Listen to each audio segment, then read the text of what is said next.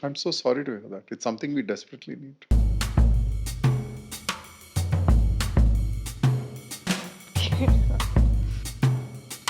It was there the whole interview. We've been taking stills of both of us.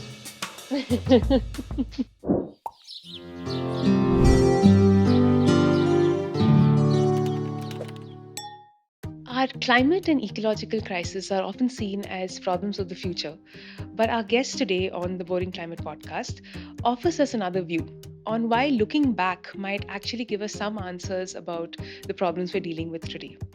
We're extremely honored to welcome Professor Mahesh Rangarajan to the Boring Climate podcast. He is an environmental historian. He teaches history and environmental science at the Ashoka University in Sonipat, Haryana. He has studied in the University of Delhi and Oxford and has previously taught at Cornell, Jadavpur, and Delhi. His first book was Fencing the Forest, released in 1996, and his most recent book, published in 2015, was called Nature and Nations. Welcome to the show, Professor. So we'll start with the basics, Professor. Why is looking back into history important to understand our current ecological and climate crisis? History is important because it gives us a sense of how we got to where we are. It tells us why, when critical changes took place. There are changes which were intended. You put up a dam, you generate hydropower, there's water for irrigation, but it may lead to displacement of people, destruction of forests, changes in the siltation rate. In one sense, these are unintended consequences. So history tells us both about intended and unintended consequences. The other, I think, is that a lot of environmental debate, like a lot of debate today, is cast in hero versus villain stories or heroine versus villain stories. Who are the good guys, who are the bad guys? And a lot of the history shows it's not so easy to tell in terms of good and bad. Mm. There are cases of the road paved with good intentions. And there are technologies which looked wonderful, but they just didn't turn out the way they were intended to. So I think history is very important. It will give us a sense of what our options are. And it will also give us an idea of why the environment is contested. It's contested as a resource. It's contested in terms of multiple meanings. That was so then, and it continues to be so now. Right. Before we get deeper into these discussions, can you recollect that one moment where you decided that India's ecological and environmental story needs to be told with the historical POV? Well, part of it is I worked a lot with a group in Shahdol. Mm. It's not there anymore. It was headed by a very legendary figure, Dunu Roy. There's a film division documentary called I Am 20, made in 1967. And he's one of the people interviewed in it. He was a product of the IIT and in Powai. And he was very particular, though he was himself trained in chemical engineering, that we should integrate our interest, in my case, the environment, into our discipline, history. And initially, I had thought I would study the history of environmental hazard in the factory. I soon realized I didn't have the technical, scientific capability to do that. And around this time, Guha's book had come out, The Mm. Unquiet Woods, and it was still in the process of being published. And I think one of his first lectures was Mm. organized by the environmental group I was in, 1983, I think. That was during my BA. And I followed in his tracks, but he had worked on Uttarakhand. Instead, I chose to work on central India. So Mm. Dunu Roy had worked in Madhya Pradesh. And I looked at a very different kind of forest, a different kind of social texture. The other reason is a very legendary figure who's no more with us, who really changed my life, is Sundaral Bahugunaji of the Chipko movement. And in 1980, a group of us from environmental group in Delhi had gone on a padyatra with him. So that I think set me off. These chance encounters, in a sense, through voluntary work outside the classroom, played a major role. But I'd give a lot of credit to my teachers who developed my interest in the discipline. Right. So to kind of lay the context for our listeners, about looking back to understand our current and future crisis, is there one ecological or environmental problem today that would benefit from a historical lens, and what would that be? There's a term used by Karl Polanyi, Mm. and I'd like to harness that to look at this. It's called the Great Transformation. Mm. He's looking at the market. But I think in the last 250 years, there's been a great transformation. A lot of great historians, important scholars have written about it. One part of it has been the huge expansion of human numbers. It's very major. The other has been technological economic transformation. We are sitting in a room powered by electric lights. And John McNeill, the great historian of the 20th century, says that when you put on the light switch in a room or put it off, you have more power at your command in terms of joules of energy than great emperors like Montezuma, Alexander, or for that matter, Chandragupta Maurya. That might make you feel very good. But the consequences of putting that light switch on and off are in terms of the coal burnt, or the gas burnt, or the oil burnt, or other forms of energy that are generated. And these exact a price from the systems, ecological systems that sustain human civilization. So the search for a better life, not equally for all, but the search for better life, definitely by all, barring a few who may reject the better things of life, they've always been there, uh, exacts a huge toll from the biosphere and unevenly spread out across humans. So this great transformation encompasses all aspects of our life. Historians of earlier periods will tell you, hang on, the story didn't start 250 years ago. It has earlier precedents. There's a prequel to the story, and it's not just a prequel. Sure, you know how it is. You make Jaws 1, Jaws 2, then you make the prequel to Jaws 1, Jaws 2, something like that. Yeah. Which actually brings me to my next question. While I was preparing for this chat, one of the recurring themes in your talks and work is the starting point of this Anthropocene, right? And how the Eurocentric framing may really not be correct for us to understand what's happening today.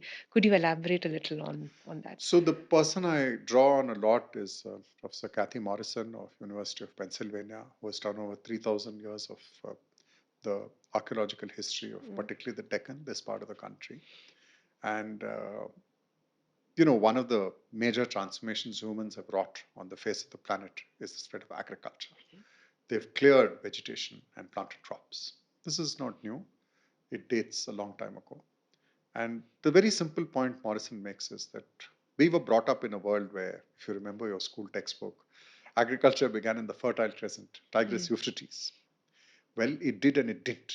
There were at least 5 or 6 places it began. Mesoamerica. So next time you eat chili, moragapudi, and aloo paratha, you can remember that. It began in China. Next time you eat thai sadam, you can remember that. It began in Mesopotamia. It began in what is called Palestine with the cultivation of wheat. In fact, very close to Jericho, very important biblically to the Jews, Muslims, and Christians. And of course, there was Egypt, the flooding of the Nile. And there was India. There's a lot of domesticated plants in India, same, avrakai, for instance. So I don't know if you've noticed, these 5 places, none of them are in Europe. They're in Mesoamerica, and Latin America, China, West Asia, North Africa, South Asia. So agriculture didn't begin in Europe. The Industrial Revolution began in Europe. There's no getting away from that. Sometime 1680, 1780, 1760, 1800. There are various dates given. But the harnessing of coal as fossil fuel energy definitely took place in England, and by 1820, 30, it was widespread. But when you look at the larger transformations of agriculture, it began here. Let's look at another, which is very important, hunting. Hunting of animals with the making of stone tools, the setting of fire to grasslands to transform the environment actually began, and no guessing that, in southern Africa, which is where humans probably evolved, or almost certainly evolved. And this was begun by the hominids. It's not begun by Homo sapiens. These are very fundamental changes in the environment. They're small by today's standards. They're very significant. So Europe is not the center of all in human history. I'm sure the 20th century taught us that.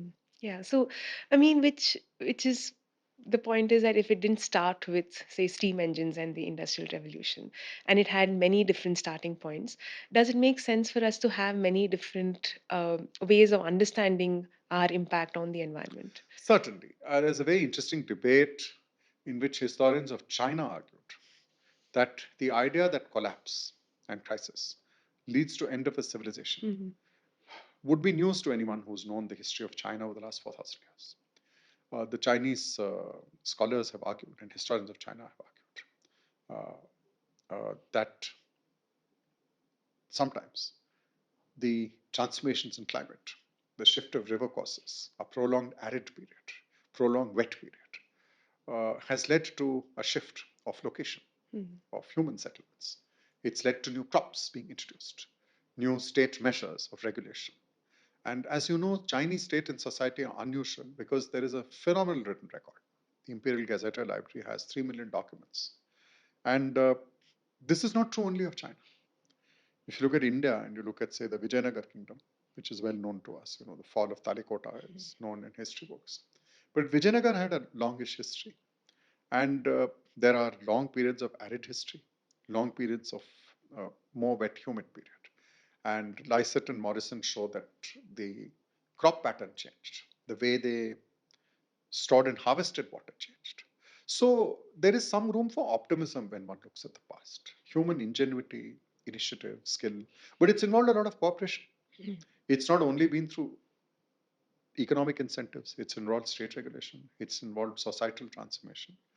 So one may look back and argue that while it's very important to have an environmental awakening from the late 60s, early 1970s on, and it's equally vital today, one shouldn't only think of the option between, you know, unbridled optimism and complete pessimism. It is possible, and it has been possible for societies to evolve ways to tackle these crises. Right. And speaking of our impact on the climate, um, what are these immediate choices and what are their long-term effects, so to say, that we make in our daily lives? This is a very difficult one because there is no one we. Mm. The choice made in cities by people who own private vehicles, such as those fueled by fossil fuels, is very different from those who use mass transit, whether it is a metro, a train, or a bus, it doesn't matter, or a tram. And as you're well aware, across the world, there's been a huge debate about freeing up space and investing resources in Mm. mass transit. And many cities, Moscow, Berlin, London, New York, Beijing, and of course in India, the first, Calcutta, and even earlier, Chennai, Delhi, now Bangalore, Nama Metro, have invested in mass transit. Berlin was important because in Bismarck's time, they brought in the rail lines, which had subsidized transport for workers. This was done not because it's a socialist state. Bismarck was anything but a socialist. But he famously said it's better to bring change from above than have it in a tumultuous way from below. Mm. And they subsidized urban transport so that uh, the wages could be kept in check for the private sector, the industry, Mm. but that workers could get to work on time and get back in time. Their comfort and ease of living also mattered. Charles Correa has a superb piece on the transport architecture of Bombay. And I don't know if it's occurred to you that Bombay, it seems the train lines run, the trains run in straight lines. Well, that's because it's an island. And along the train line were the working class colonies. It's very interesting. This has never been done in any Indian city since independence. Mm. We've never planned our city around mass transit. The classic cities, Chandigarh, was planned for car transport. The Ring Road of Delhi, built in 1961 after independence, I just want to emphasize this, was built for car transport. Now, how many people owned cars in the late 50s, the Mm. late 1960s? Very few. How many people own them now? Even now, few. So we need to redesign space in the city. It's a very simple answer. Yeah. But this is not an individual choice. See, the choice begins with the individual. We should all lobby and vote and argue for public transport. But that's a societal decision. So definitely there are a lot of changes we can bring in our everyday life. Put off the switches, save water, separate wet and dry waste, plant a tree, Mm. uh, walk half a kilometer rather than take a car. Sure, all of those are wonderful. We should inculcate personal responsibility. But it needs to go beyond that. You start the journey alone, then you pick up friends along the way. And let me assure you, on this journey, you need a lot of friends. Right. We'll focus on uh, your historical work. So a lot of these systems that you have studied yourself, say forests or tiger ecosystems, are changing because of the impact of climate change. But even in such a scenario, does looking back to how historical communities or leaders approach these issues help us? Or are we really in a very novel age where all of these problems are so new that looking back is not going to help? As with all problems, they're both new and old. Mm. So in the 17th century, the so-called Little Ice Age, there was a prolonged arid spell in India and China and Japan. And in India, the rulers uh, not only set up huge soup kitchens. This is a very interesting time. It's the Mughal Wars of Succession. All this Aurangzeb versus Dara Shikoh and Shuja and all that took place at that Mm. time. And there were a lot of unemployed men who went off to fight in these armies. So I'm not saying the wars of succession were caused by the climate crisis, but it added to it. Mm. It's a remarkable book by Jeffrey Parker. It's a fat book. I don't know, it weighs 1.5 kilos or something. And it puts together this crisis across the world. Now, nobody at that time knew it was climate change. Mm. This is what we know now. It's very Correct. interesting. They didn't know what was happening. Mm. This was not, it's unlikely the Little Ice Age was driven by human actions. I want to emphasize this. Climates have not been stable ever in human history. They've been changing a lot. And along with setting up soup kitchens, the rulers, and this is not only the Mughals, Tokugawas in Japan also did something very interesting. Everyone here in this program will be very happy to know. They wrote off loans. Okay. You know, there are loans people take. They gave credit-free interest, what are called takavi loans. They give you a takavi loan to dig a well or to build a small bund around a stream. And they enabled people, therefore, to tide over this low. They tide over this low in the crop cycle. This is a largely agrarian economy. The other point one would like to make is, of course, it is without precedent. Every crisis and situation is without precedent. You can't learn today what to do by looking at what was done 300 years ago, or 400 years ago. In 1605, the number of people in India, Shumit Gua estimates was 140 million. The density of population 35 per square kilometer. Now it's well over 400 per square kilometer. Mm. Obviously, you can't do now what you did then. Correct. That was an economy fueled by human energy, animal muscle power, and biomass.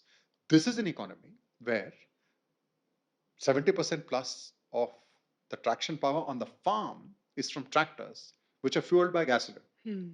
So this is a completely different world.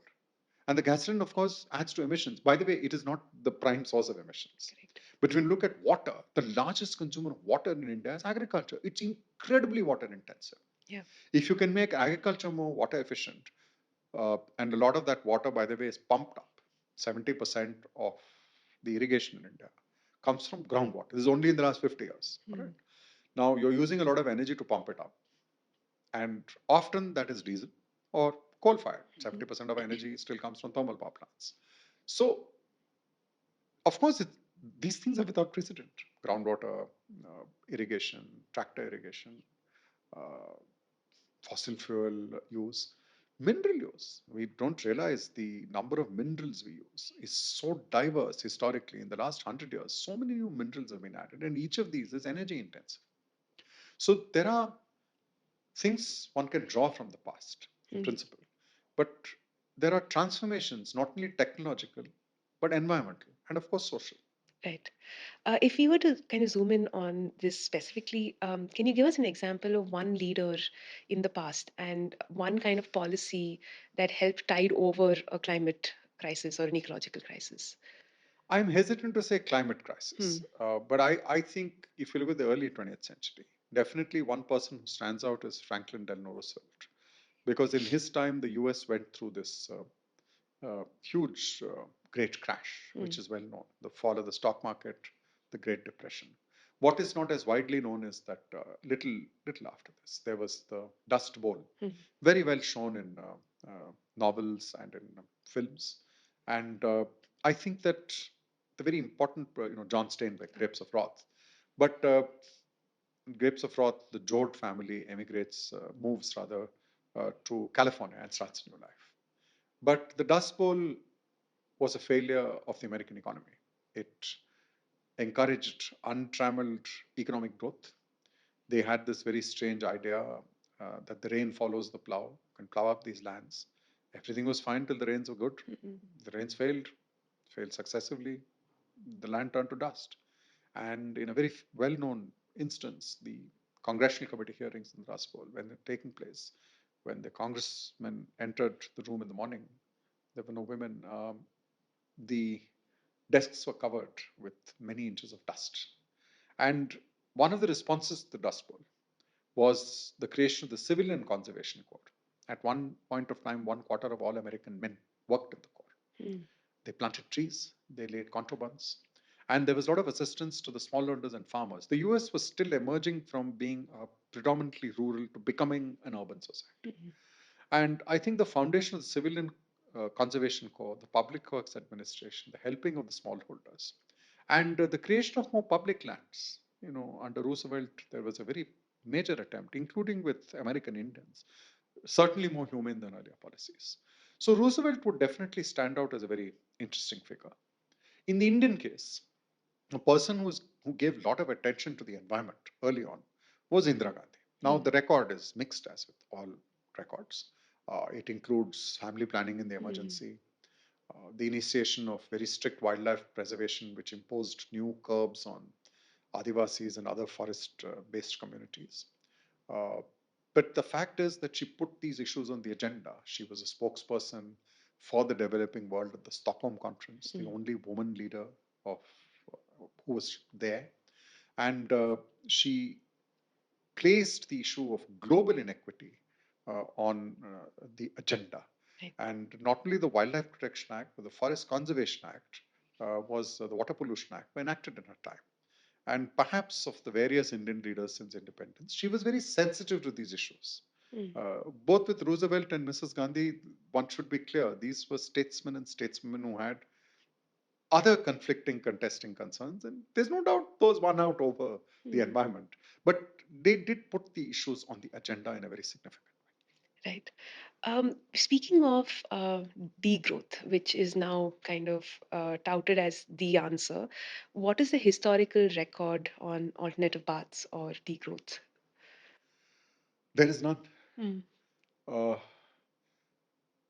in the 20th century, there were many revolutions: Mexican, Russian, you could say India and China become independent. Before that, there was the American and the French Revolution. Uh, Certainly, in all the modern revolutions, 20th century, uh, the expansion of economic opportunity through wealth creation has been a central facet and feature of all these political leaderships. I have named people from different ideologies. I can add South Africa, Nelson Mandela. They've disagreed on how to spread the cake. Mm. Should it be the market? Should it be the state? Should it be the community? And so on. Degrowth has come up because of the very significant and valid observation that you can't have infinite growth on a finite planet. That's fair. The geographer Václav Smil argues, for instance, that many countries in Africa, uh, sub-Saharan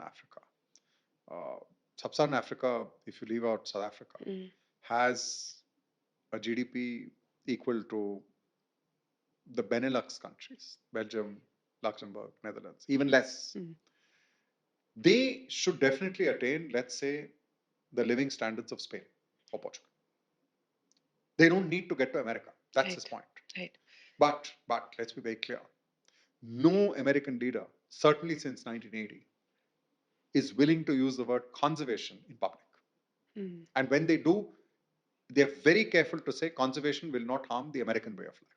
The American way of life means a suburban house, a car, lots of cars, etc. So there's a problem there. It is true, there have been people, Mahatma Gandhi in India, Fritz Schwacher in the United Kingdom, Fukuoka in Japan, who proposed a different form of economics, a different way of living, a more frugal livelihood pattern. In his recent remarkable book, Ramchandra Guha shows us the very important work of J.C. Kumarappa in India. But it's a very interesting question, who's to regulate consumption? So Guha, for instance, quotes Kumarappa extensively on village economics, and he's absolutely right. But Kumarappa's village plan, it's very significant to say this in India, said that the village council will determine what crops the individual cultivator will grow. Village councils in India have historically been dominated by men and dominated by people from a few communities. Mm. And the people at the bottom of the pyramid are women and people of certain communities, historically scheduled castes, it could be scheduled tribes, and others. I mean, so there's a problem here. And the problem is very, very simple. The aspiration to grow economically has been very important to subordinated groups also. So, what do we do with this? This is a dilemma. And one of the problems with people emphasizing degrowth is I don't think they've ever experienced it. Mm. Most of the people talking about degrowth are from Europe, the first continent in the world to be industrialized. They're from the United States, which has the largest economy on the planet. They are from such countries. Degrowth doesn't have very many proponents in the developing world. It can't. Right. There's very few people who worked on degrowth. One person who's done superb work on it is the Swedish scholar, Professor Gustav Sederoff, who's doing very interesting work on Cuba. He's published a book on it. In Cuba, it's a, you won't expect it's a communist one-party state. In 1990s, they stopped getting Soviet oil. Soviet Union broke up. And even before that, Mr. Gorbachev said to Fidel Castro that, you know what, we're not going to write these unlimited checks for you. So Cuba shifted lots of its agriculture to organic, and it found a market in Europe. Europeans like organic food. Mm. It's more expensive, by the way. However, this has involved a lot of hard labor. Yeah. And Sedanoff shows that while the Cubans ideologically mobilize people, it's really hard living with long power cuts when everything's powered by only organic. See, the organic transition makes sense, provided you keep the fossil fuel as a backup. Mm. It doesn't make sense jumping headlong into it. I thought this was common sense. And of course, the Cuban leadership will tell you they didn't have a choice. Mm. But we should be very careful with any simple formula.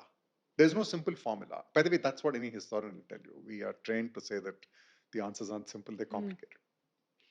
Right, which is very nicely leads me to my next question is this general disagreement between countries on climate policy and how to tackle climate change. And that's mainly because of this. Some countries feel one thing is the answer, and developing countries say it's not. As a historian, why is it so hard for us to come to a consensus on how to deal with this? There are almost 200 nation states on Earth, Yeah. barring some very few like Switzerland. They're all members of the United Nations. This morning, there is news that the Secretary General of the United Nations has excoriated the rich countries Mhm. for not doing enough to share their wealth with the developing countries to enable this transition. The bill is put at some $1.3 trillion. It's a lot of money. The iniquity of the developed and developing goes back to a history of colonial imperial rule. We shouldn't forget that in 1918, not very long ago historical time, I don't know the number, but the British ruled one-fourth of the land area on Earth. If you add up all the countries dominated by the Western powers, France, Holland, Germany, uh, UK, Portugal, Spain, much of Africa, uh, Asia, and while Latin America, many countries had become independent 100 years earlier, 1820s on, they were economically dependent. Now, political independence did not lead necessarily to economic independence. And there's a very old song by Al Stewart which says about an African country and British that you pay them with beads. Well, you didn't, but you paid them for sisal and diamonds. So you have a country which is dependent on sisal and diamonds. You have another which is dependent on copper exports, bauxite exports. Uh, the processing of these, their marketing was done by a Western multinational. This is very important. And the famous story is of the United Fruit Company, which more or less ruled the Honduras. It's changed its name, by the way. It's called something else now. And rubber, Liberia, Firestone rubber. These relationships did not change. And some of them still haven't changed. These are very extreme examples I'm giving. So, barring a very small number of developed countries, They don't make manufacturers, they export raw materials. And the terms of trade are unequal. So the climate change issue is actually the tip of a very large iceberg, which is under the water. And I think this is a fundamental problem. Juridical equality, everybody having one vote in the General Assembly, doesn't mean all nations are equal. That's why you have the Security Council of big powers. But even that doesn't represent the economic strengths of countries today. Yeah. It doesn't represent their development attainments of today. Even there, it's unequal. Right. When you come to climate change, it's really complicated. Let me illustrate with an instance. Two instances of success. In the 1970s, there was a lot of worry about endangered species. The Red Data Book of the IUCN became available to lots of people, to statesmen and women. They started compiling it around 10 years earlier. And in the 70s, they signed the CITES, Convention on International Trade in Endangered Species. Not ideal, but it definitely helped, let us say, spotted and striped cats, which were being killed in vast numbers in Asia and Africa and Latin America. Ocelots, jaguars, cheetahs, leopards, tigers. Similarly, uh, the International Whaling Commission, set up in the 40s, it kept giving big quotas for whales, but finally they agreed on a whaling moratorium of 10 years. In 1987, there was the Montreal Protocol on ozone. Had an unlikely champion, Ronald Reagan. And Mukund Rajan, in his wonderful book, shows that this was partly because his party was funded by a very large chemical company, and the chemical company was going to make the new technology which would replace fluorocarbon emitting things which are there in your refrigerator and mine. They've been eliminated. You don't feel guilty taking out ice cream from a refrigerator freezer. But in this case, there was one technology, one company, one product, one country. But climate change, you're talking about the range of economic activity. It is anyway a very difficult problem. Correct. So it is complex. But at the nub of it, you need that sharing of opportunity, technology, and wealth. And I do think the richer countries are resisting it. Right. You touched upon this colonial undercurrent, and this interview would not be complete without us touching upon your seminal book, Fencing the Forest. For those of us who've not read it, what does it say about what happened when the British put up these forest boundaries in India? The forest boundaries were there before British rule. There were hunting reserves by rulers. But this taking over of around 600,000 square kilometers in British India and the forest department providing technical and other assistance to the princely states, which covered 45% of India. Many of them had reserves. It transformed relations in terms of trees, in terms of people, in terms of animals. And fencing the forest, as the title implies, is about securing the forest as property, saying that it was being secured as forest, woodland, and other sort of natural, quote unquote, natural areas. It is also being secured by someone from someone. And the territorial rights, the property rights, the forest departments were strengthened, crystallized, to the great detriment of dwellers in the forest, users of the forest. So it explores many of these peoples, particularly the Gonds and the Paigas, and the controls on shifting cultivation, hunting, removal of forest products. It also looks at animals. And central India, as you know, at that time had the leopard, the lion, the tiger, the cheetah, the wolf, and very interesting ungulates, the gaur, the swamp deer. Many reduced in number. One, of course, eventually went extinct, the cheetah. And the lion went extinct in central India. And this was also powered by large bounties and rewards, which is not widely known. Sport hunting came much later. So it looks at a very interesting turning point. And that turning point is still very much with us, the debates, the contests over the forest.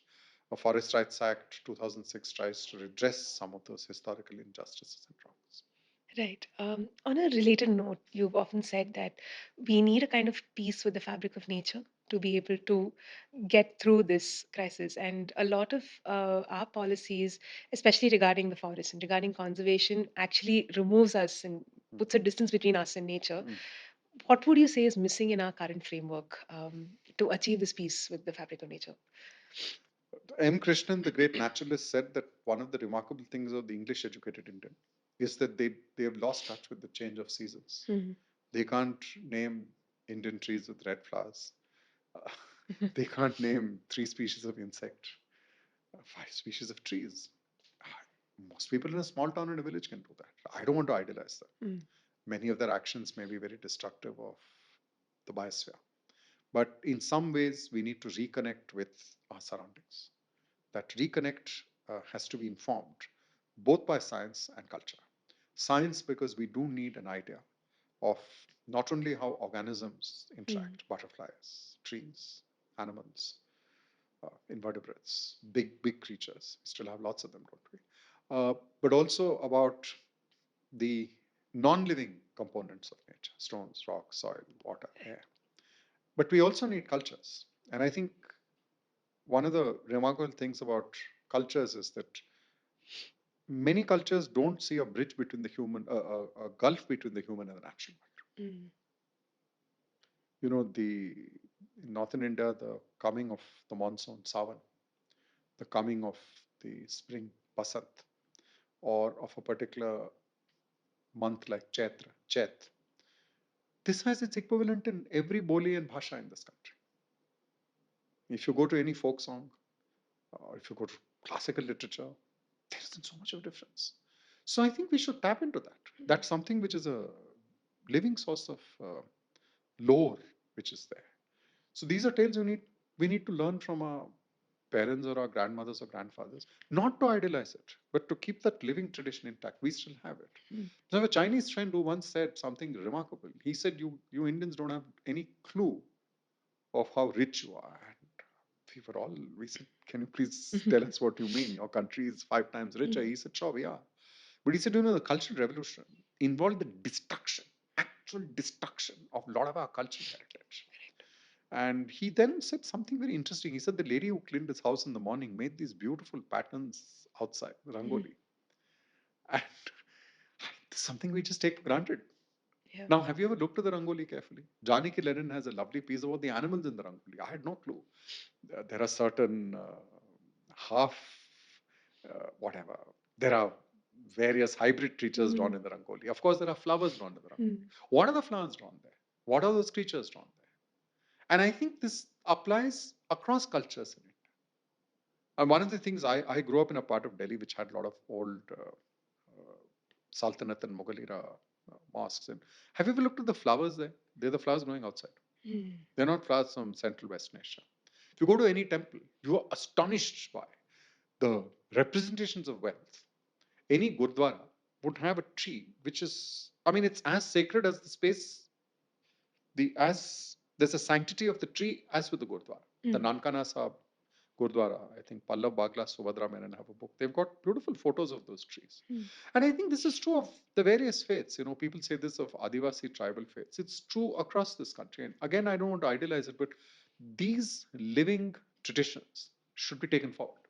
Right. We shouldn't, we need to somehow combine this culture of science with the cultures. Right. Both. Right. Now, at the Ashoka University, you chair the archives of contemporary India. Um, say a century from now, if scientists and historians were to look back on this decade of ecological and climate crisis, what is the one thing they'll find most puzzling about how we reacted or did not react to our current situation? And what is the one thing that might give them some hope?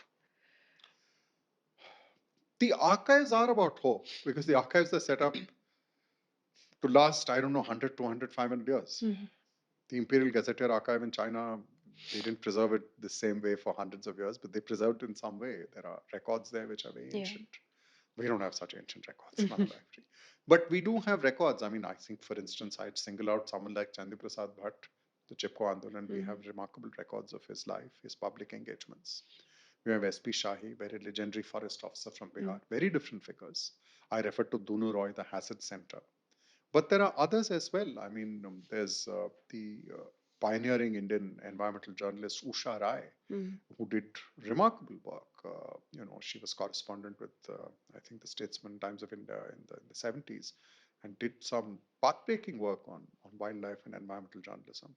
So one would hope that their work will survive. These decades are decades of tumultuous changes. What will people look at? I think they look at how people responded to change. And Mm. people don't respond in one way, they respond in a variety of ways. Correct. They look at the voices that won, but they'll also look at the voices that didn't win. And they look at the contests that happened. Mhm. So, one final question.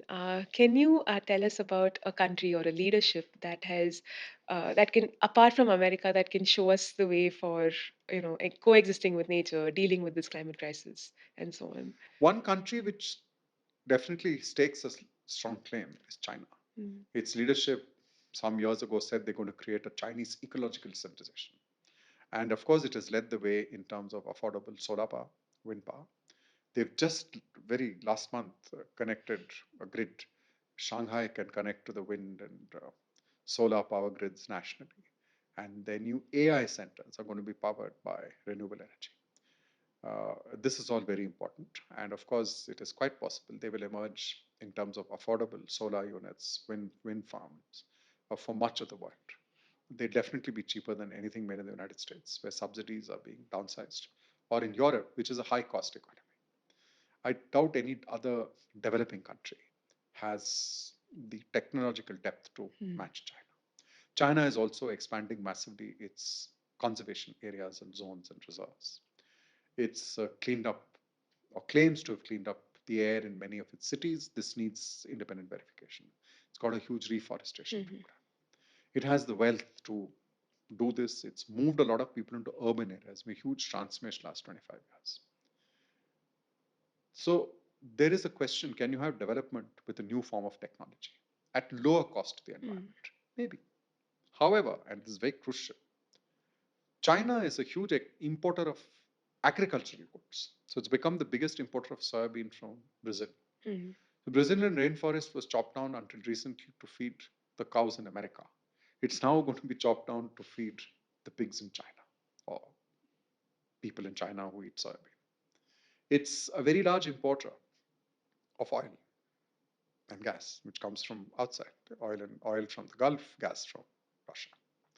It is a country which is consuming minerals at a very large cost. So many of these EVs, electric vehicles, which are part of the renewable revolution, require lithium batteries. So has China simply shifted its consumption to other countries as the US once did? Mm. Per capita, it's going to be lower. There are 1.4 billion Chinese, much lower than 300 million Americans. So does China really show the way? What way does it show? Mm. So we have to be very careful about these claims.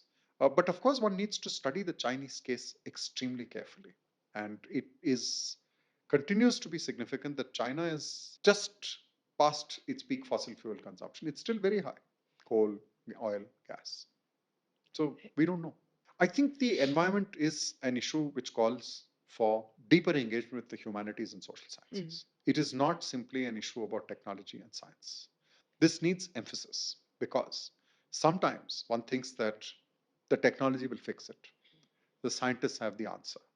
Technology is in itself never fixed a problem because it is rarely the only problem. Problems are societal, they're not only technological. Science is vital, as I have argued. But the minute you enter the realm of policy, action, human choice, you are entering the world of the humanities. So we need a creative dialogue with the humanistic and social sciences, with the natural sciences and technologies. And it's unfortunate we're living through a period where the humanities, social sciences are devalued. That's important in itself, not for this conversation.